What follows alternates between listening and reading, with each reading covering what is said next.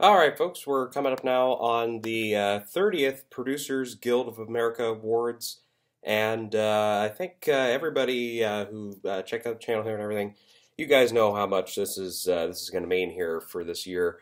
As we've seen over the past few weeks, the Best Picture race, I think, has been entirely flipped on its head here. Just to kind of recap here, of course, I think I was one of the first ones, and I think a lot of other people joined me in this and everything, and I wasn't alone. First Man was the one I started out with, of course, before any of the films had screened. Then I switched over to Beale Street after that had impressive trailers and really showed off at Toronto and everything, and I stuck with that one for a while. Um, but then after its big snubs at the Screen Actors Guild, not getting into PGA, stuff like that, yeah, I abandoned ship on that one. And then I kind of looked down everywhere. I'm like, well, the consensus choice right now seems to be Star is Born. So I went with Star is Born. And since I've gone with Star is Born, the Golden Globes have happened, and I was thinking it would do better at the Globes than really anywhere else, including potentially the Oscars, and it walked away with one award for Best Song, and that was it. Then the Critics' Choice, I went with it there, and it ended up getting Best Song and tying for Best Actress. Again, that was it. So so now it's like, okay, what do I do for PGA? And PGA, of course, they've, for the most part, they've gotten everything right here in the past few years. I kind of checked 20 out of the 29 years up to this year that they've done it here, they have correctly predicted Best Picture. And of those 9 times they've missed, 2 of those have been in the past 5 years. Of course, they went with The Big Short over Spotlight 3 years ago, and then went with La La Land, just like everybody else did, over Moonlight 2 years ago. And they were right back on track again last year with Shape of Water, and that was in a pretty tricky year. And now we're in an even trickier year. And when you look at the 10 nominees here, I think 4 of them have a solid, legitimate shot to win on Saturday night, with the caveat of maybe there's a 5th one in Black Panther just because it has made so much money. Because the PGA, the producers, really love it when your movie makes money. So, so there's that little caveat that Black Panther might, because it is the biggest moneymaker of the year and everything, at least domestically, possibly, but I'm not gonna go into the pros and cons of it because I think it's just not gonna happen. I don't think. I mean, that film, Quiet Place, Black Klansman, Bohemian Rhapsody, Crazy Rich Asians, and Vice, they should all be happy with the nomination here. This is a big honor, of course, to get a PGA nomination, but I don't think they have it in them to get the win. So that leaves the favorite, Star is Born, Roma, and Green Book. I think those are the 4 it's going to come down to. Now, hear me out. I know some of you guys are probably going to say, well, that's ridiculous that he's saying this could get it when it's so far out at this point, or it's gotten so much controversial, or there's not much momentum behind it. I really thought about this, and I really kind of dug in, and I'm like, well, all of these definitely have pros and cons. And there's things that, going against this film, there's things going against that film, and so on and so forth. But I really look at it in this way, where I think these 4 films, really, if any of these 4 films win, I'm not going to be totally shocked on Saturday night when they win. Anyways, and I'm also kind of going with the idea here that whoever wins at PGA Saturday, I'm going to line up with that for Best Picture for right now. Obviously, we could see something drastic happen where all of a sudden SAG, Directors Guild, Writers Guild, BAFTA, there's potential that all of those line up for another film or something like that. If we do see something, drastic like that happen, obviously then I'll go with whatever's, taking shape there. But it's not going to be all said and done on Saturday. But I'm thinking there is definitely a strong possibility that what happens Saturday, the winner Saturday, goes on to win at Best Picture for the Oscars. So I'm going to go in this order of who I think is least likely to most likely among these 4 films to win. And the least likely, I think, of those 4 easily is Green Book.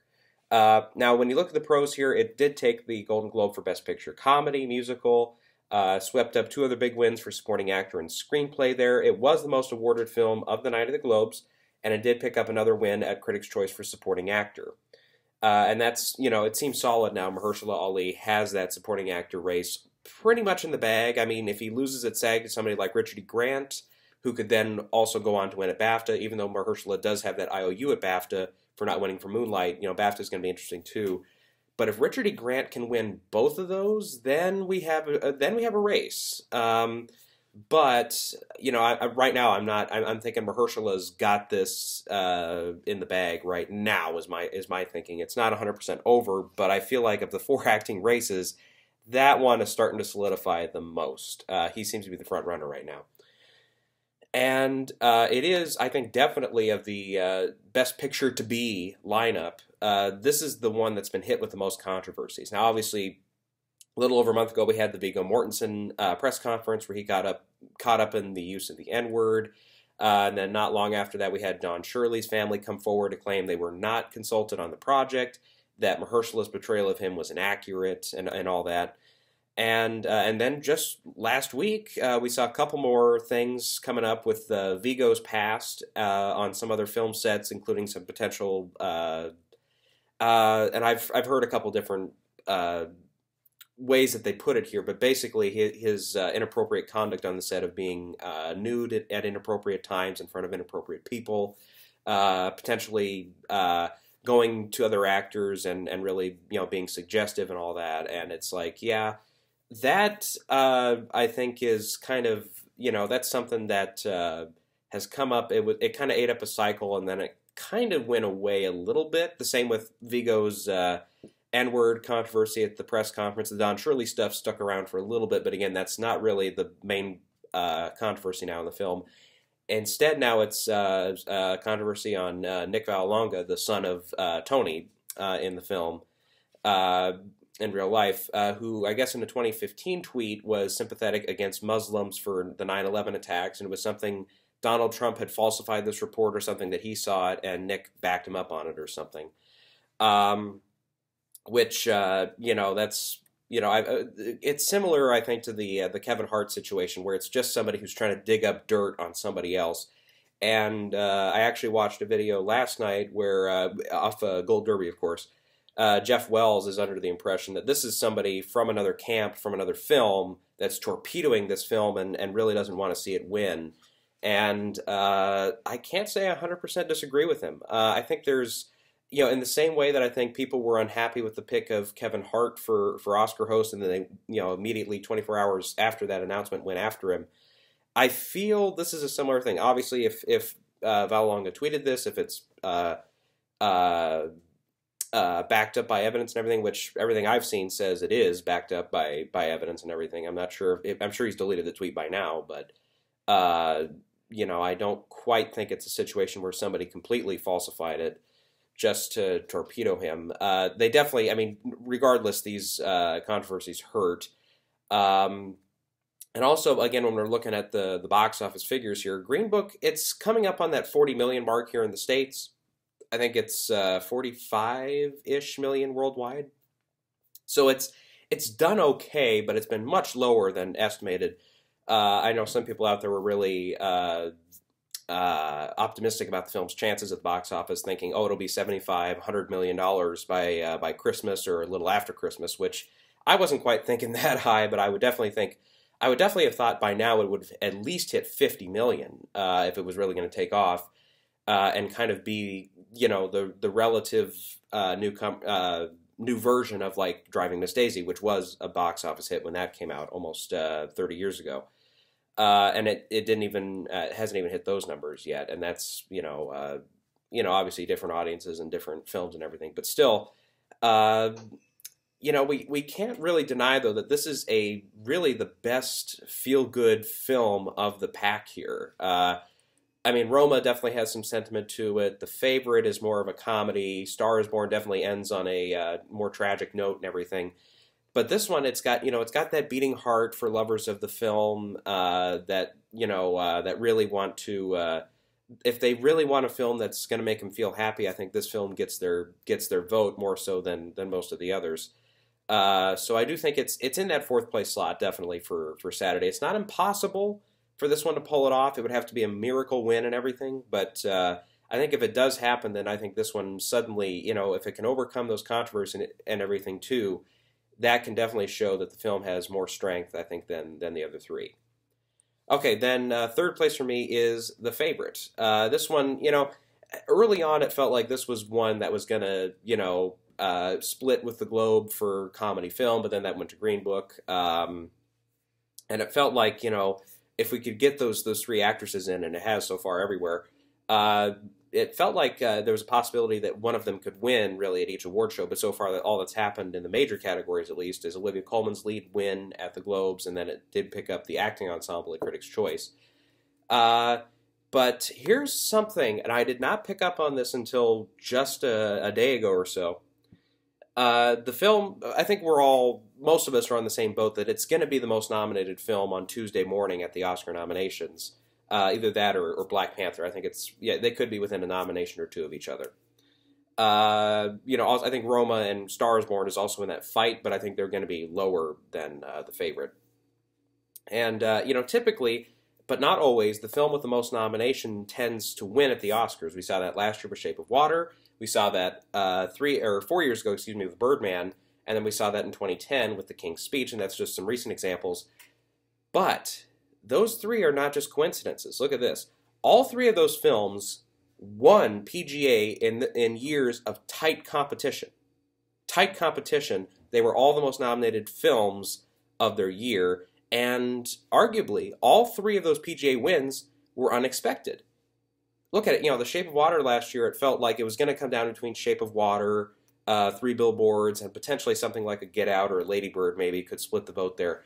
If it was going to be one of those two for PGA last year, and it ended up going to Shape of Water. Birdman, the year of Birdman, of course, Boyhood was just sweeping everything up. We all thought it was just going to land Boyhood, Boyhood, Boyhood, and then bam, here comes Birdman at PGA.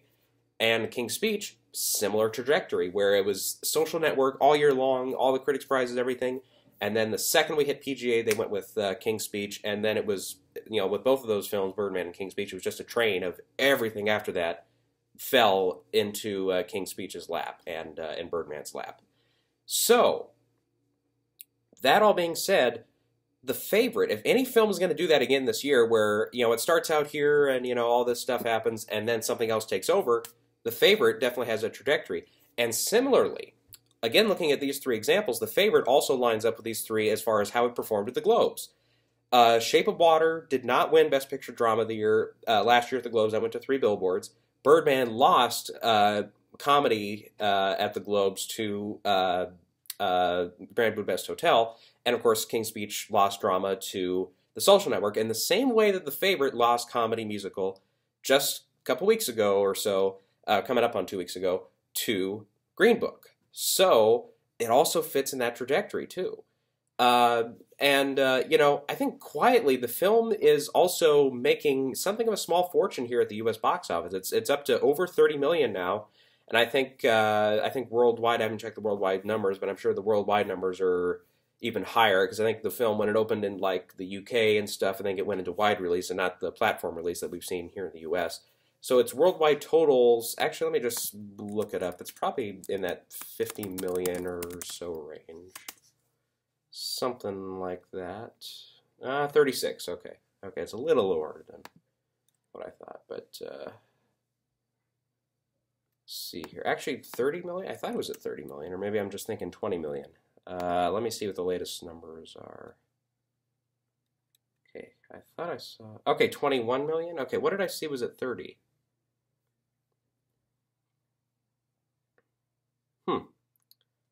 Well, I misread that one, okay.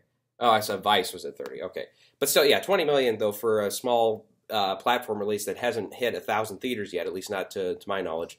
That's still a good number for a film like this, and I think that it's definitely got the potential to go higher, of course. And a PGA, again, they love it when your movie makes money at the box office, and again, this isn't the biggest moneymaker of the year. Obviously, that goes to stuff like Black Panther. Star is Born made a ton of money, over $400 million worldwide. Again, you just have to make a big enough splash with the independent crowds to cross that finish line at PGA. Shape of Water did that. Birdman obviously did that. King's Speech was going into wide release, I believe, at this point, or was past the wide release mark by this point, about 8 or 9 years ago. So, again, all of that seems to line up in The Favorite's corner. So again, that is not one I'm going to be awestruck if it comes away with a win. If we do see stuff like Roma, Star is Born, or potentially something like Green Book, all start to split votes in the same way that The Big Short won in 2015. That was another one that had started in platform release and had gotten its way to wide release and had made a decent amount of money by that point. So, you know, that's all stuff to keep in mind.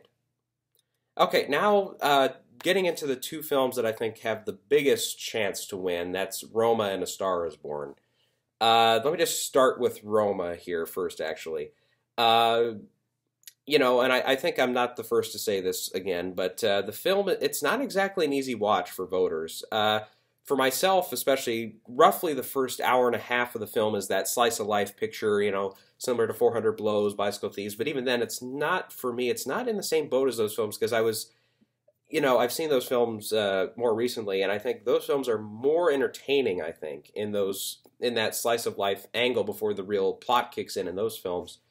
They're more entertaining for me than Roma was in that first hour and a half. There were a couple of points where I'm like, okay, let's, you know, is something going to happen? Okay, then something, you know, the day-to-day life of Cleo eventually, you know, turns into the main storyline there. That kind of picks up. But it really, you know, nothing huge, significant, you know, kind of plot-driven stuff happens until that hour and a half mark or so. And I guess, you know, I think that's the point of the film. It's to make you comfortable and then kind of, bam, hit you with all the chaos that happens in the last act. And I'm not going to spoil it, of course, for anybody that hasn't seen it yet. But definitely, yeah, what makes Roma so great, and one of the year's best films, in my opinion, is the storytelling, the execution, and the acting performances that are given in that third act. That third act is... you know, I said earlier in the year that Bohemian Rhapsody might have the best third act of any movie this year. Nah, scratch that. It's Roma. It's very similar, again, to last year's, or 2 years ago technically now, Call Me By Your Name, where I thought the first act was a little slow. It started to pick up in the second act, and the third act I thought was spectacularly well done. Roma, definitely, I think the third act of Roma, I mean, more than makes up for the kind of slower start that comes in those first two acts. So, but the argument there is, of course, that I've been, you know, saying all year, what's been preventing me from topping it off for the Best Picture list has been it's a foreign film in black and white from Mexico. It's from a director who's already been heavily rewarded before by the Oscars, you know, which definitely means it'll get nominated and everything. But it's just, do they want to return and give him, you know, another spring of awards here this year, which clearly it looks like it's lining up that way with director win, cinematography win, potentially an editing win too. For Cuarón himself, and that's without the nominations that'll probably come, obviously, for a screenplay and picture too that he'll get in for. And you know, I think there are still voters that are, you know, they're not over the Netflix bias yet, and they're going to hold the film accountable for that.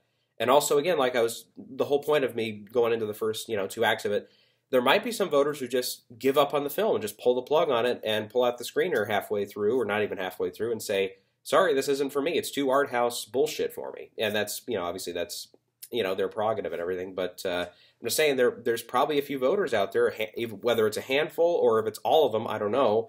Obviously, it's probably not all of them. But if it's just a small handful or if it's a significant number to keep it from winning Best Picture, that's going to remain to be seen. And I don't know yet how big that number is going to be. But I think there will be a sentiment of the voting body, both in the Academy, potentially at PGA, potentially at DGA, less so, I think, but still could be.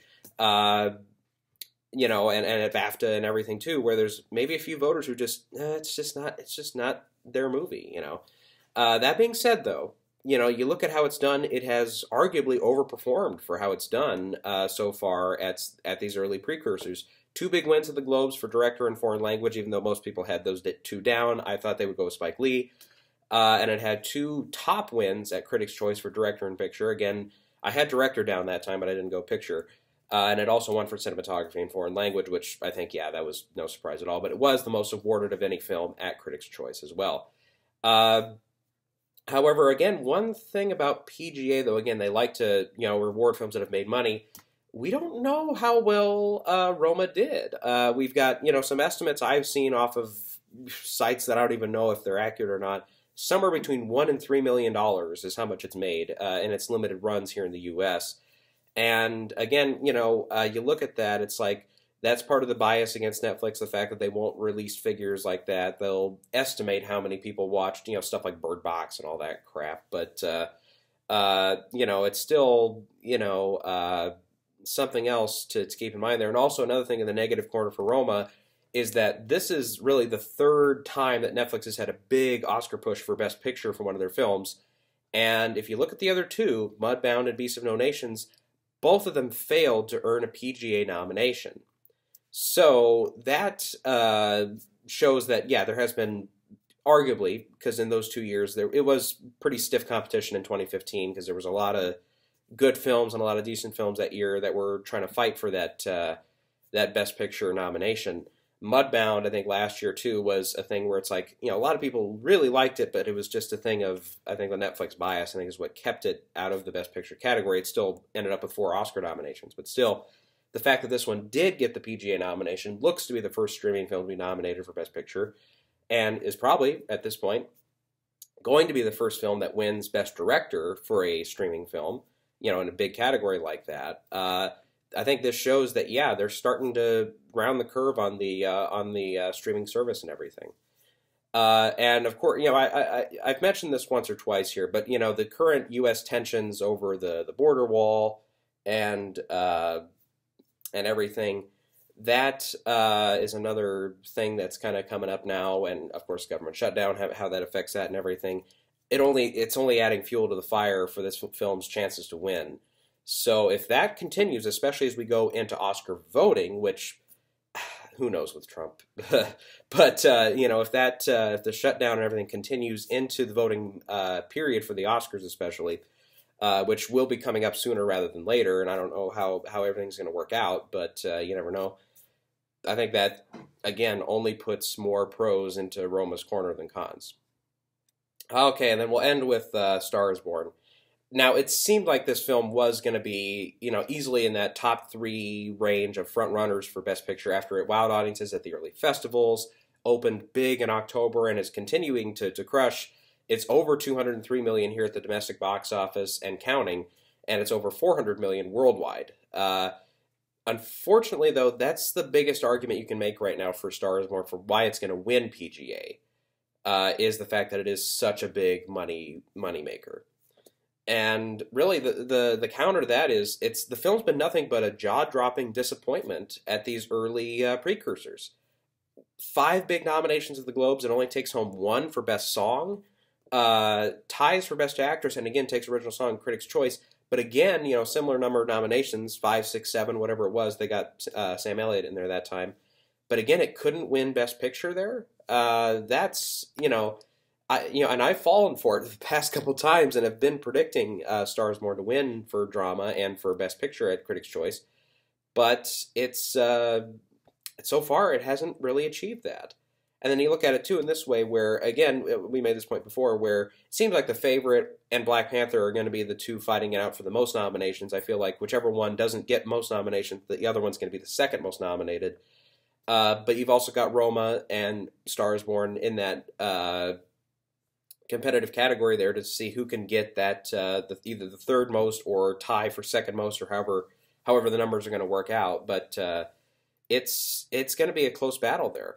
And one thing that is positive though is the film did land 2 DGA nominations for Bradley Cooper, and it has a shot to win the SAG Award for Outstanding Cast. None of the other 3 films that are up here for PGA that I think have a shot to win are up for Outstanding Cast. So if it loses SAG, and loses PGA, I think it's definitely over. But if it wins SAG after a PGA win, and they both go hand in hand in that way, and it would technically have a DGA win, kind of winning that Triple Crown of the Guild Awards there, that. In a way, I mean, obviously it wouldn't win. It's not the major prize of DGA, but that first time director win, it's something in your corner. It's something to add to the arsenal. I think at that point, then it would be Star is Born's to lose, and I think the industry voting in that way would definitely show that. And I think it can't lose for that first time director. I don't see him going anywhere else for that. That category for Bradley Cooper there. and it's not. It might not win WGA. I don't think so. They'll probably fight that out between Beale Street and Black Klansman. And BAFTA seems to be going in the direction of something like The Favorite, which again, if it wins PGA, The Favorite, if it wins PGA, probably won't win DGA, is obviously not going to win the SAG Ensemble, but if it still wins a major prize from SAG, and potentially, it's not nominated to WGA, but if it comes back big and wins big time at the BAFTAs, which might deceive us, because same thing happened to Three Billboards last year, except that that one did have the SAG win. Definitely a big show at BAFTA would help The Favorite in that case. So yeah, that's kind of where I'm at right now. Is Star is Born is probably not going to be a big player at WGA or BAFTA, but still, if it can really nail down a SAG win and a PGA win, I think that will definitely help the case. So what am I going with? That's the big question. So like I said, fourth and third place are Roma, or excuse me, not Roma, are Green Book in fourth place and The Favorite in third place. I'm not picking either one of those, so it's really the coin flip here between Roma and Star is Born. I did not literally flip a coin, by the way. I'll tell you what. Despite everything I just said against Roma, it's my pick. I'm going with Roma for Saturday. It's, we really look at these situations here, a lot of these races, as who has the momentum, who can build off of that momentum. And right now, it seems like momentum is in the corner of Roma. It's got the 2 Big Globe wins, 4 wins at Critics' Choice, most of any film there. And again, recent political situations that are happening right at the doorstep of the country that this film was shot in and is depicted in the film. That, I think, seals the deal right there. Again, I'm going to reemphasize, any one of these 4 films does have a shot to win here. But again, what's helping me pick Roma here is the momentum factor, the fact that it is just running off of this steam right now. And of course, just for my sake here, I'll just say that, I've picked Star is Born, it lost at Globes. I picked Star is Born, it lost at Critics' Choice. If I pick Roma here, it might lose again, just because I'm picking it. But right now, I think Roma is the winner off of the momentum. So, yeah, I think that's all I've got for this. I'm picking Roma. I think if it wins here on Saturday, I think then I'm going to stick with it at least right now for the Oscars too, for Best Picture. Now, keep in mind, it might lose BAFTA. It's probably not going to win at WGA for original screenplay. I think they're going to go with something like Green Book there. You've also got who's the other one in that race? The Favorite wasn't eligible, so it's not that one. Vice might actually pull it off for WGA. They do like Adam McKay there. Who else was there was another one I looked at, and I'm like, oh, that might pull off a win for WGA. God, I forgot it. It wasn't Quiet Place either. Because, yeah, the 5 there were Quiet Place, Vice, Roma, Green Book, and who was the 5th one? It was 8th Grade, I think? I think it was 8th Grade, yeah. I don't think 8th Grade will win either. So, yeah, it'll probably come down to Roma and Green Book. Right now, I think actually they would go with Green Book in that category. It still might win WGA, but, we know it can't win SAG for Ensemble. Roma got nothing there. So that definitely hurts it, true. But, as we saw last year, SAG Ensemble winner did not repeat at the Oscars. The SAG Ensemble winner from 2016, Hidden Figures, did not repeat at the Oscars. So, you have to go back to Spotlight was the last time they had that one right. But, yeah. All right, well, I think that wraps it up for this one here. Again, I'm going with Roma. I feel like the momentum's just building for the film, so I'm not going to bet against it again. I'll just put it that way. All right, thanks for sticking it with me, everybody. I will tell you what, when Saturday rolls around, I'll probably, as soon as the winner is announced, I'll probably go on live and just talk about it a little bit. Especially if it's something unprecedented like, well, not unprecedented, but something that was lower on my list. Like if something like Green Book or The Favorite wins, then okay, then I'll go into that a little bit. If not, I'll save it for another time. We've got the final Oscar nomination predictions coming up. I'm still deciding that there's a couple categories here and there where I'm like, okay, these 3 or 4 are solid, but who's that 5th nominee? There's a couple categories like that. All right, everybody. So thanks for sticking around, and good luck to everybody who's predicting PGA on Saturday.